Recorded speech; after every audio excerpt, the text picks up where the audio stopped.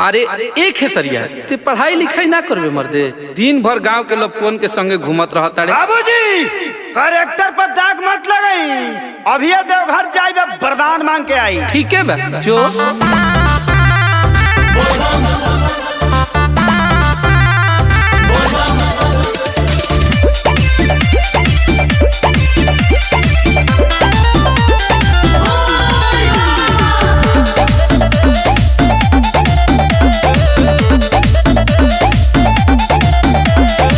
भंगिया धतूर ली हाई चीख ली, अपना सेवा कवा के बाबा जी को भीख दी। बाबा मजबूरी बुझना तो बाप बड़ा मारी। भंगिया धतूर ली हाई चीख ली, अपना सेवा कवा के बाबा जी को भीख दी। हे भोले बाबा वरदान मांगती।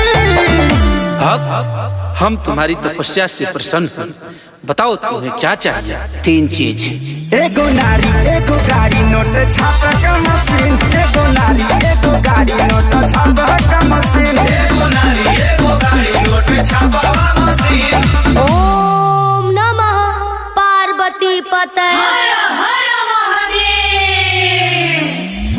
हे गौरा मैया तोहर पहरतनी पहिया, हमहु बर मांगतनी दिन।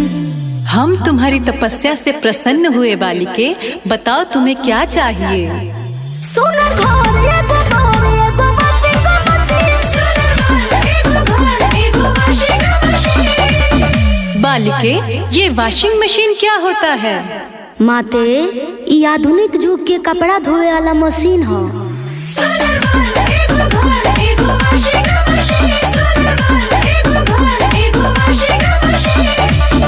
बाबा सब तो दे देनी, अभी सोचा तनी मलबा कहीं खपा दी।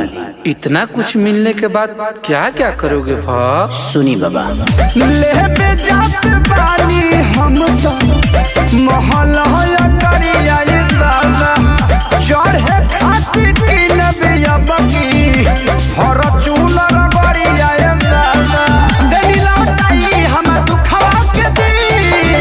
बालक तुम लालची हो क्या।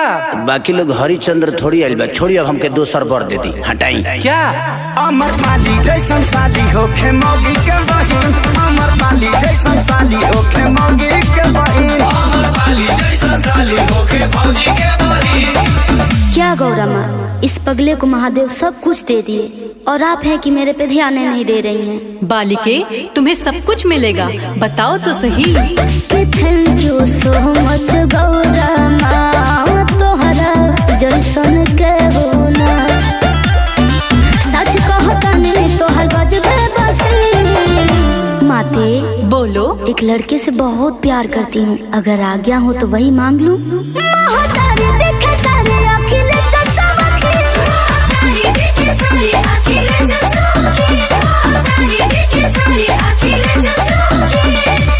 का ब्यास तारा के ढेर कुछ मिल गलो। एकर मलकिनी प्रेजेंटेड बाय धन म्यूजिक हरिहरपुर।